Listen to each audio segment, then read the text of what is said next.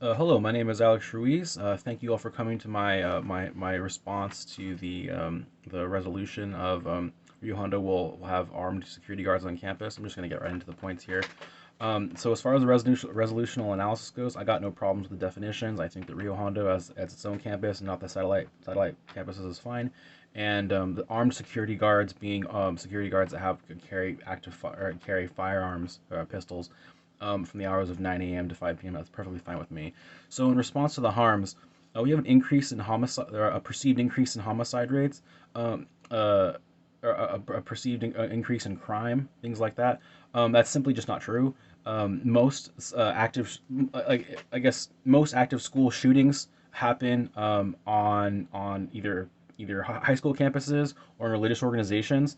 I think there's only two major incidences that pop out to me as happening at college campuses. That was one at UCLA a couple of years ago, and then one at Virginia Tech. The vast majority of active shooter incidences that happen in educational institutions happen at high schools, and they happen at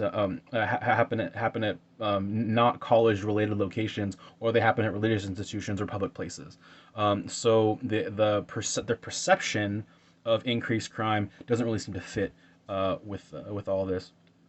Rio Hondo itself doesn't have a history of violent crime. There's maybe some thefts or some break-ins. Maybe there's that, but there isn't a whole lot of history as far as Rio Hondo's concern is like.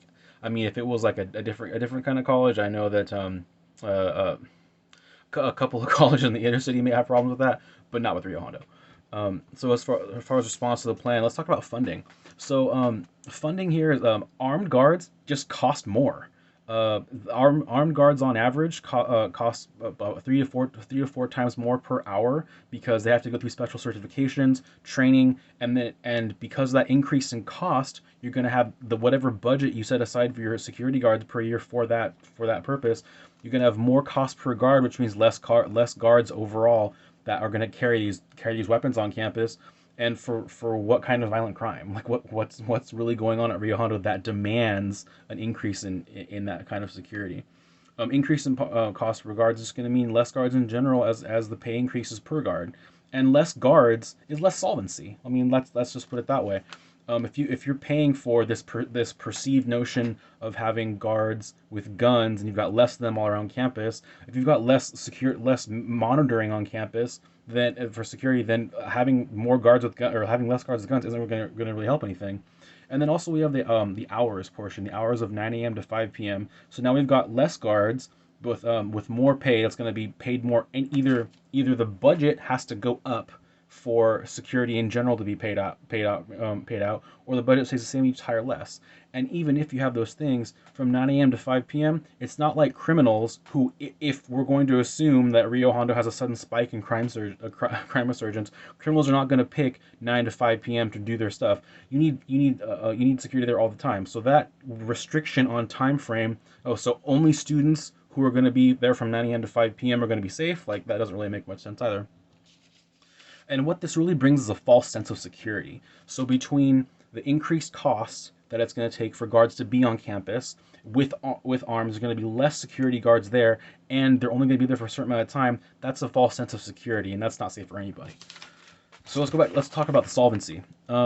So with the solvency here, a point was mentioned to help give other people better directions. This is non-unique. I kind of feel like that, or they can help with like corralling traffic and things like that, and points of information for students. The regular security guards kind of already do that. There's no need to replace. Like you're not going to get better service out of having guards on campus just who have guns, who are going to so all of a sudden be helpful with giving people if anything they would be less. If anything, because of the nature of them being armed and having to be extra vigilant, they would be less inclined to do that. There was also this idea of less car thefts.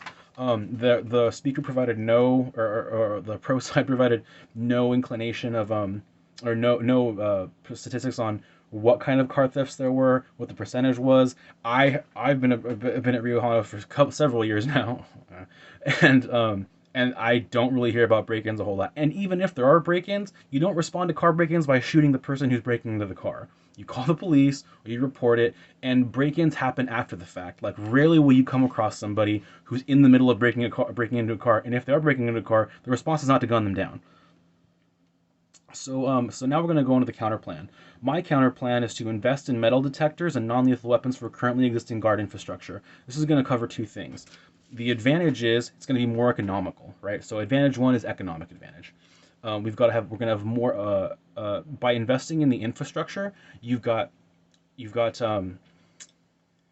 a permanent solution that deters crime from happening, and it shows that the school is ready. The school is ready to respond to these kinds of things.